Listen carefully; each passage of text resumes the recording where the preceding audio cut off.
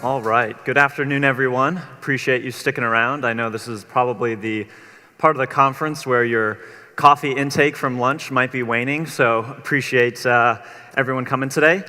So as you just heard, we're really excited to have an incredible panel to jump right into mobile ad fraud. I think one of the reasons that all four of us are particularly excited to talk about this topic today is because for all of us in this room, mobile ad spend continues to increase. It's up 20% going into next year. They forecast over $75 billion.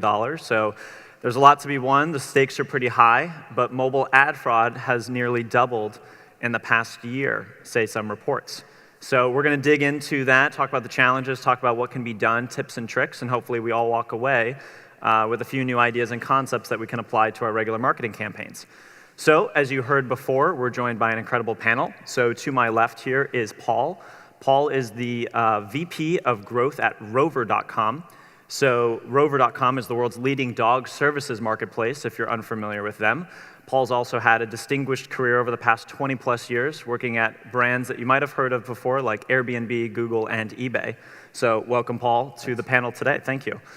To his left is Christina. Christina joins us from Boston, a fellow Bostonian, Senior Director of Performance at an agency called TMGA. She has experience with a variety of apps and brands, and her client portfolio ranges from startups to Fortune 500 companies. Welcome, Christina. Hi. And last but certainly not least, Brian Wong. May need no introduction. Some of you may have heard of him before. He's a CEO of a startup based in the Bay Area called Keep, an engagement platform that uses content at the right moments in-app to connect brands and consumers. They have a developer ecosystem of over 15,000 devs on the platform, and they work primarily with large consumer-facing brands. Welcome, Brian. Thank you.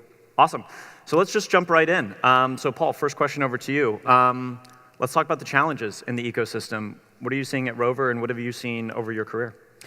Yes, I think the first thing is that technology obviously keeps advancing. We all know that. And mobile and the way platforms are moving forward now are the most complicated they've ever been. And tracking in general has changed a lot. We can't rely on the cookie space anymore. And so that's adding a lot of opportunity for fraud and for smart people to figure out how to create fraud. I think if you go one step further than that and you look at devices, Android is amazing as an open source system. It creates a cost affordable phone and some really nice high-end phones for a lot of people, but it's also easier to create ways to create fraud and cause issues. So it's a little bit of a wild west. iOS is better, but still has issues because Apple puts a much tighter control on things. I think fundamentally we have to accept that fraud's always been there, and it will be there to some degree because people have such a high opportunity to create money. Anytime there's opportunity for people to find money, they're going to try to exploit it. So we need to stay on top of that. It was the same thing back when paid search was becoming big. People were paranoid about click fraud. People still watch for that. Same thing with display networks and cookie stuffing. So this is an ongoing battle. There's some interesting technologies coming. My team's talked to me about things like blockchain, and how we could think about that. But that's many years away, so we're going to have to see what we can do in the meantime. Yeah, absolutely. Yeah. Being on the agency side, obviously you have the benefit of seeing kind of the challenges and opportunities across a wide swath of customers and clients. How are you guys thinking about the different challenges and what you're being faced with? I think the overall challenge is that there's no standardization, and I think that's a general mobile problem. But especially for fraud. We know what fraud is. There's different types. There's rebrokering, click to install. The biggest one recently is the SDK spoofing. But every single client of ours, and I think if we asked every single person in the room, what they would define fraud for their own company is completely different. So there's a lot of wiggle room to try to figure out what that is. I think as an industry, though, we need to just hone in on what are those parameters.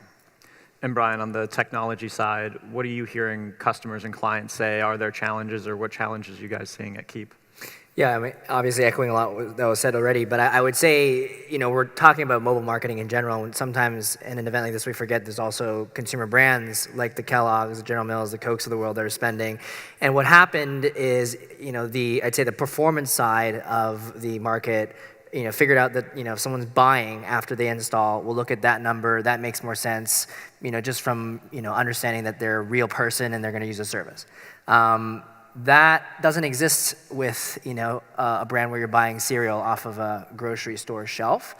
And then incentives have been really twisted because you're still incentivized by impressions, right? And so obviously if there's a fraudulent vendor, they're like, I just want to show as many times as I can, and we're just going to ping it as many times as we can, and we're going to get paid on it. So there's almost like this brand ecosystem that's really behind. We're trying to bring them to the future by creating methods where only good actor activity are encouraged, and I'll talk about it in a second. You mentioned blockchain being a few years out. We just launched a blockchain product called Single Ledger that I'll talk about in a second that is real, that we had a big brand, Anheuser-Busch, sign on to, and we announced it at Cannes. So we think there are ways we can push it forward, but actually just agreeing what fraud is big. And then simple things like, there's been an issue where in our world, in the brand world, there are three main viewability and fraud partners. You have IAS, Double Verify, and Moat. And only recently has the IAB released an SDK that combines all three, and there's actually a very big misunderstanding between just viewability and fraud in web and then viewability fraud in app.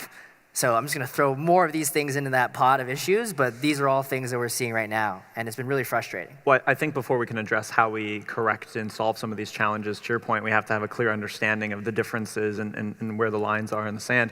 When we were talking about the topic of mobile ad fraud, one of the things that you were talking about was just what are the different types of mobile ad fraud and also the difference between attribution issues as you think about incrementality at Rover.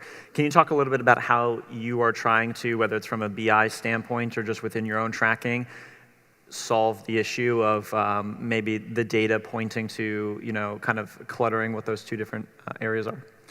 Yeah, so I think the biggest thing that we're concerned about is ad lift and incrementality, and there's different ways that you can do that, and we've got a number of ways we look at that. And then we work really closely with our partners, so Kochava, for example, to set up really good data flow into our systems so that we can analyze and get an idea of that. But at the end of the day, we accept that there's going to be some amount of issues, whether it's distinct fraud or whether it's just lack of incrementality. And so we want to make sure that our spend and our efforts are driving positive outcome. And on the agency side, how do you think about tracking, positive incrementality, obviously, making sure that, we're not spending dollars to, re-engage and reacquire the same folks that maybe we could have already, as opposed to maybe more true ad fraud as we traditionally have defined it? One of the things that I'm a big proponent of is testing, but with all of this fraud, it does make it difficult to actually put tests out there and then analyze of what that actually means. Unfortunately, with a lot of our clients, because fraud is so prevalent, we actually have to set aside time to identify the fraud, try to collect installs. The amount of money that is being sucked up essentially by fraud is a lot. This is a scary number, but on a recent campaign, we found that a partner's traffic was 90% fraudulent. And while that is a significant outlier, I would say 30 to 40% is a standard. So for all marketers out there, I don't know, but put dollars, that 40% of your overall budget could be fraudulent. And then just to push this further down the funnel, we have clients coming up with fraud parameters and fraud metrics for us in addition to, like, let's be ROI positive, let's push users down the funnel. And then it does lead into re-engagement campaigns. Are we actually collecting the right IDs to retarget the right users? The data and everything just gets really, really muddy. So obviously that 90% stat, scary, hopefully an outlier, but even the 30, 40% I think is obviously very concerning for an ecosystem with as much technology and infrastructure built around it. Brian, in your view, do you think that there's enough transparency from the technology side to advertisers and agencies among the three of those? Or if there's not, what do you think can be done to make this issue more transparent? Yeah, so I think I want to make this, we're going to discuss and have fun here. Because there's, it's funny, we're in an industry where if someone from the SEC walked in this room right now and went, wait a second, it's almost like buying 30% of your stock is not real. and then you're getting ripped off by 30. Someone's going to go to jail, right? And we're in an industry where it's accepted almost, and so kind of it's not accepted. That's the wrong word. It's a given that something is going to happen like that, and it's kind of sad, right? And we have to get to a point where we're self-policing enough where we kind of set these rules in place, because obviously when big enough money's involved, like a Facebook, regulators are going to look at this, and we're all going to be in even more muddier waters, so to speak. So I think that's a big one. We all have to figure this out together in understanding what these things mean. I think the other issue is we have to look at kind of, I'd say, ancillary ways to look at identity. I think true identity as a way to combat this, right? You look at the root of it. If we theoretically had a list of every single real human being in the country that actually has a credit card and uses it on a product, that could theoretically solve all of our problems, but obviously there's huge privacy issues. I'm just saying this in theory, right? But we don't have that. But from our stance, what we've been able to do with our closed ecosystem, because we have these 15,000 publishers, we're looking at activity like, are they buying, are they behaving, are they doing things as a real person would, and does anything look suspicious, and then creating our own whitelists and blacklists as a way to serve our clients better, because we know we can control it. What is the issue, though, is obviously there's like 5 different or 6 different or 30 different inventory pools that sometimes our clients are tapping into, and it's hard to standardize that. So standardization of the IDs are really important, and something that is a big issue right now that we can't all seemingly agree with, and add in GDPR, things are just going to be even more complicated. Well, it's a great segue into the previous panel that we just heard and have continued to hear about. You can't go to a conference without hearing about GDPR, the California Consumer Privacy Act. We're from New England, and so the folks up in Vermont are creating some legislation around this as well. So I think, to your point, this is not something that is. But identity for good, right? Like I think we haven't served our consumers well enough. This conversation is obviously about the buy side and how we're making sure that things are legitimate, but consumers are rejecting because they don't see any gain to them in having their data being used in whatever way it is. And I always say that we're in an industry as marketers sometimes as service providers. We're supposed to service the consumer. If I want to walk my dog, I'm going to use Rover. Is that correct? Good. Just making sure I have the right product. But yeah, these are all things that sometimes the consumer doesn't see that additional value, and that's why they're rejecting it so much, right? But yeah, I think we have to self-police. We have to come with a common understanding of the ID and legitimate IDs, right? Whatever that concept looks like. Apple and Google aren't going to do it for us. Mm-hmm. And then also knowing, though, as a buyer, where the incentives are, where fraud actually they can profit off of fraud, right? The agency, and you're different, obviously, because you're on this panel. That's why you're here, to tell everyone how good your agency is. But at the same time, a lot of agencies that didn't get their hands slapped, right, until they got a massive lawsuit like Fetch did, these are all, the other ones that kind of slid underneath they're like, let's keep doing this, because we're making more money. So it's like, let's make sure that there are more warning shots fired, and that the people who are bad actors know that there's no place for them in this industry. Well, let's unpack that. So I think let's start with the consumer angle and the idea of a value-based exchange, because I think it's core to not only this topic and challenge, but a lot of the topics and panels that have been discussed today. So I'd love to hear from both of you. So on the Rover side, when you're going to market with a new campaign, at its core, how do you think about value-based exchange and incentivizing consumers to, whether it's just to engage or to share data and identity with you? Is that part of your conversation? Is that part of your strategy, or is that in the back burner? It is, and it's growing, and I'll answer that one second. I just wanted to build on one thing you said, which was we do need to hold networks and agencies and other people accountable in the ecosystem. And I think Uber taking a lawsuit against several networks is a big step. Back in the day when I was at eBay, we took 2 of our super affiliates. We worked with the FBI to investigate them, and they went to jail. Wow. And so there are opportunities to go after this fraud. Too many people just walk away from it because they don't want the hassle. If advertisers step up more often and put that out, it does create more fear and more uncertainty versus just accepting it and rolling with it. Now, in terms of value-based, I think fundamentally any marketplace that's successful, whether it's an eBay, an Airbnb, a Rover, has to do 2 things really well. One of them is increasing trust. The other one's reducing friction. And trust is a huge piece. So you can think about Airbnb, strangers staying with strangers. That was a brand new concept, even with early adopters. I had lots of people telling me no one would do that, right? It's changing as it becomes more mainstream. Same with Rover. We have an issue that people think of their dogs as their fur children, right? I certainly think if my dog is a close part of my family. And so I'm going to give a stranger my dog. I need to feel really good about what that looks like. And when we go through the process of vetting sitters to make sure that we do that trust, they have to go through background checks. They have to share a lot of information. And so they need to trust us that we're doing the right thing with their data. So we spend a lot of time thinking about that from a trust and safety point of view. And now we need to figure out how do we leverage that from a marketing point of view. And part of that is, to your point, as marketers not doing whatever it takes to make one more dollar, right? That's part of the reason why the ecosystem is the way it is, and part of the reason why fraudsters make a lot of money, and actually think about what we're doing for the user. So hopefully that answers it in a very roundabout way. No, I mean, it definitely does, and I want to get your thoughts on that as well. Yeah, I think from just going back to the Uber comment, I think the change is actually going to come from the marketers. I think at some point people are just going to say enough is enough. And we definitely have clients that have strike systems of, once shame on you, twice shame on me, we're not running with you anymore, but that doesn't solve the problem. And I know fraud is never ever going to go away, but I think us as marketers need to stop accepting that it's there and push for fraud to be in a 5 to 10% range. Recently, when we sort of gave that KPI metric to a partner to say, our client really wants to be really tight with the quality of resources that they're running on, and we gave them this sort of 10% range, they laughed in our face and said that that's not doable. And from me as a marketer, I'm not okay with that.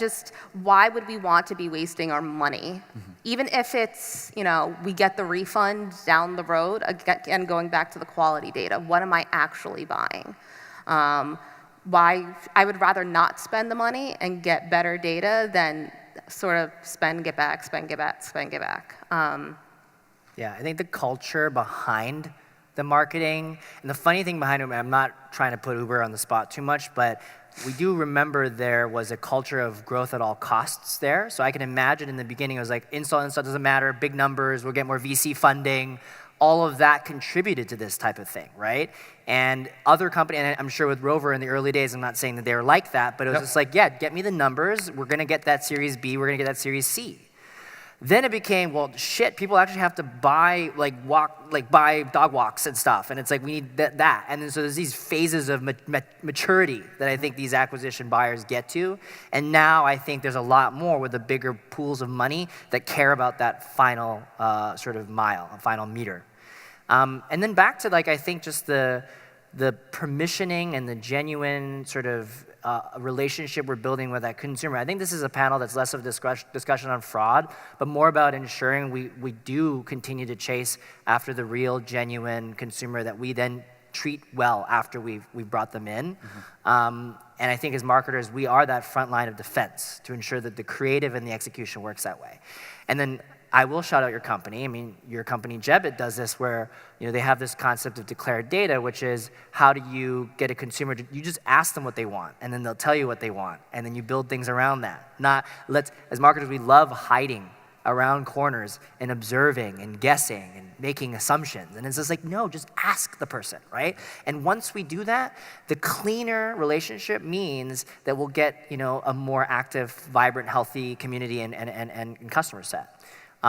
So I think the idea of permissioned, declared, hand raising, all these things that just seemed so weird when we were in an era where we had to just show ads here and watch this and we don't really, and then now it's like, yeah, I'm in your face, but you're gonna have to want this product in order for me to continue being in your face without you hating me and then downloading an ad blocker or doing other things to get rid of me.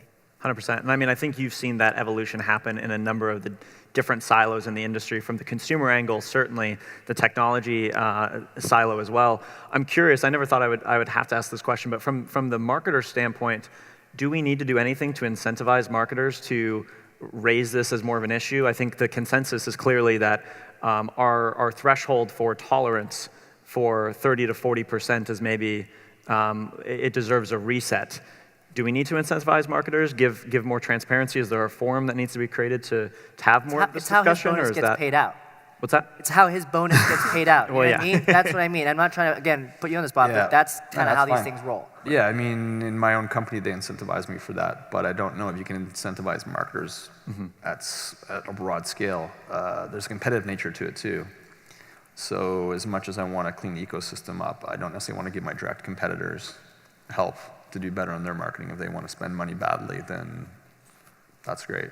Yeah. So I think it's hard to bring that together. There is a competitive nature for marketer and marketer potentially, but there's also opportunity for collaboration. So I can see pools of collaboration happening, Yep. but not necessarily totally broad. So getting onto the collaboration side, I know this is something that Keep has done, and we talk about new technologies, and I think it's really cool to see new technologies actually in action. We talk about AI, machine learning, blockchain. Brian, can you talk a little bit about how new technologies, blockchain being one of them, could be aimed at potentially solving these issues that we're talking about? Yeah, so we made this announcement a month ago, and I'll be pretty quick in explaining it. The product's called Single Ledger. Essentially, it's what it sounds like. It's a single ledger that multiple parties along the programmatic supply chain will write impression-level data to. SSP, DSP, and us. And we launched this with Anheuser-Busch across 5 of their brands. It was an existing programmatic campaign they were running, but the data is being written to Ethereum. And what we're basically doing is encouraging good actors, because we're going, yeah, you're going to want to write to this. Well, why, if you don't want to write to it, why do you not want to write to it? Are you hiding something, right? So it's like making sure that you have no reason to not want to write to it if you have. If you're doing what you're saying you're going to do, because the brand can audit. So now ABI is they have raw data feed that their data scientists are looking at, and obviously it's not a policing factor because we already trust each other. They already have worked with us before, but it's more just that radical transparency move, and I think that's really important. No, I was just going to follow up and ask, do Yeah. you think you will see other larger components of the ecosystem as well continue to follow that trend of the single ledger, leveraging something like blockchain? Because obviously at the end of the day, we don't have a standard across the ecosystem, and so... Admittedly, there are midterm products that do need to be more prevalent. For example, this hasn't come up on this panel yet, like pre-bid products, which we can either, after the fact, find out something happened, or just do it in real time. It's like, oh, you got that pizza, but one of those slices of pizza was hanging out for like 2 days, right? So after you've eaten it, right? So it's like, but like in terms of pre-bid, at least these brands can, and this is a bit harsh, and we've seen this now in the brand world, I don't know about performance world, but they'll literally say, we'll pre-bid and you're just not gonna get paid on it if we think it's fraudulent or potentially a bad device. So these are all things that are now happening, but I think blockchain, admittedly, because it's flashy, it gets attention, which is on purpose, but at least people know that there are technologies that are built on trust, which was blockchain's #1 feature, I would say, and the immutability of it, the fact that it's decentralized, the fact that it's a neutral environment for these things to clear. By the way, the ledger also clears discrepancies in campaign data. One of the biggest issues we saw at the end of every campaign, we were just solving a problem of our own, was that this guy says we delivered this many impressions, this other dude did that, and then at the end of the day, it takes like hours to do it. We're like, okay, let's just do all the reconciliation on chain, and life is great, right? So we solve all these problems on our own. We actually plan to open source single ledger as well, so that anyone can kind of bring it in, make it on a private case. If you're a brand, you can actually create a private single ledger so that all of your vendors can write to that too. Not too dissimilar to what IBM announced with Unilever a few months ago. So these are things that we're trying to do to keep pushing that forward, be at the leading edge. Because I would say boldly that if you're not actively creating solutions to proactively address these issues for your customers, you are actually admitting that you are part of the problem. Let that sink in. Tweet that. Yeah. I was going to ask, in terms of following up on that point, as you think about are customers coming and clients coming and asking for solutions, are you guys, to Brian's point, working with technology partners and finding new ways to mitigate ad fraud? Because notoriously the challenge is the fraudsters keep changing the game, right, in terms of the tactics and the SDK. Spoofing, yes, thank you. Spoofing that you were talking about earlier. Like, what, from a tactical level, are you doing with customers to try and help that? A lot of customers are using their own MMPs and integrating their own fraud solutions, which definitely helps because it sort of catches anything that they view as fraudulent. Granted, every single MMP has their own definition. However, for the client, that may be their source of truth, and they're not sending the post back to the network. So it is sort of an early stage catch-all. There are other products, like we have a lot of clients that use 24 metrics. That isn't stopping the fraud, but it is highlighting it. And we definitely use a lot of these tools to sort of go and claim refunds for them. I think we do try to take one step further. If there are repeat offenders, or definitely we keep on coming up with the same type of fraud, again, it's one strike, two strikes, and it's actually to a point where TMGA as an agency will literally blacklist you, and we won't run with you anymore, because if we can't have your confidence for running on one client, how could we in confidence do that with anybody else? And in order for you to almost like come back into work, you need to show us that you've made some great strides in improving your quality. Absolutely. So we've got a couple minutes left here. Paul, I want to ask you takeaways for the audience, marketers, advertisers. What are a couple of key steps or simple things people can go do when they get back to the office Monday morning, Monday afternoon, depending on the happy hour that they have here?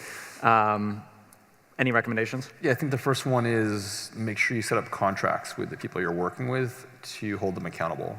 Right? Don't just accept the standard terms and conditions. If people won't do it for you, then don't work with them. And so I think that's one thing where marketers can all work together. And what types of terms are you adding to those, or asking your partners to, like specifically within contracts, what are you asking for? So you're putting in specific metrics, et cetera, to follow through on the quality of what you're getting. And if they're not hitting a certain quality threshold, then penalties. So, yeah. I think the second thing would be to find good partners and work closely with them and have them working with your in-house team. So for example, on our side, data science and engineers to get things queued up properly and get all the data pipelines, et cetera, working really well so that you've got good, accurate data to work from. You know, don't just take things off the shelf and think it's going to magically solve your problem. You've got to go deeper. And then back to incrementality and testing. You've got to really think that through. You know, I've talked to people and I've told them just to turn things off for a while and turn them back on. Never mind even testing, and just see what your organic traffic looks like. Some people think that's heresy. They think it's crazy, or they don't want to take the risk. But you can't beat that. You know, when you've got a clean sheet to look at compared to when you're paying for traffic, you start to get a good idea. You know, suddenly the organic line starts diving down every time you turn the traffic on, then you know it for sure. Right? You can't hide from that. Brian, any final thoughts? I don't know, line incentives, make sure that in the beginning it's set up in a way that it isn't encouraging bad activity, because sometimes you just don't even realize it, but it is. The other is, honestly, look to areas of the world where this stuff is even more intense to try to get ahead of it, like Asia, for example. This stuff gets even more intense when you have the ability to gather massive amounts of people that don't care about anything but making an extra buck and can just install anything you want them to install. These are issues that you can start to see. It might actually happen here at home, right? And this is kind of funny, but really kind of a real thing. But like, think like Jack Bauer. Like, think of like how epically sketchy can people be, and then as long as you can put yourself in that mindset, you can start to be skeptical and question everything, and then learn to take a healthy amount of skepticism, but still take risks, work with new partners, and then push the industry forward. Yep, absolutely. Christina? I actually completely agree with the contracts. A lot of our contracts will outline 9, 12, 15 different types of fraud that we just won't pay for, even goes into rebrokering, and I know that's something that we didn't talk about. Click to install time. Essentially, I know it doesn't solve the standardization that I'm longing for, but it does hold your partners accountable for what your company considers fraudulent, so you're not paying for it. I think digging into your own data, work with your BI team to figure out what's going on. Sadly, sometimes we say if it looks too good to be true, it probably is too good to be true, and I know that's I've been a little bit of a Debbie Downer about this, but I mean, you're spending a lot of money to get the right user, and do you really think a user clicked and installed in 30 seconds and all of a sudden their ROI is 5,000%? Probably not. I needed a dog walker last minute. I mean, come on. So you have get cozy with your engineering, data science, and BI teams, get more firm, a little harder and stiffer with your contracts and language that needs to be added, and see what the best fraudsters are doing in different parts of the world and get ahead of it. So that's all the time we have today. Please thank the panel for their time, and thank you so much for your attention.